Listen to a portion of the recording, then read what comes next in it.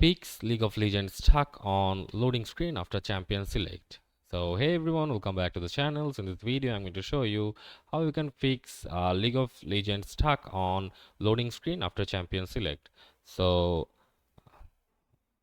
for that, if you have an integrated Intel graphics card, you may have an older version that needs to be correctly signed. The way to fix it by updating to the latest version, and you may need to add Valorant or Vanguard to an exception list if you have antivirus software. If that doesn't work, you may need to disable it.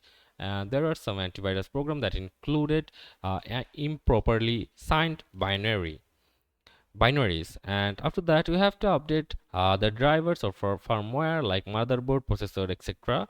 And if that doesn't work, reach out to player support, and the official League of Legends Riot Games support team will contact you and try to solve your problem. So that's it for this video. See you on the next one.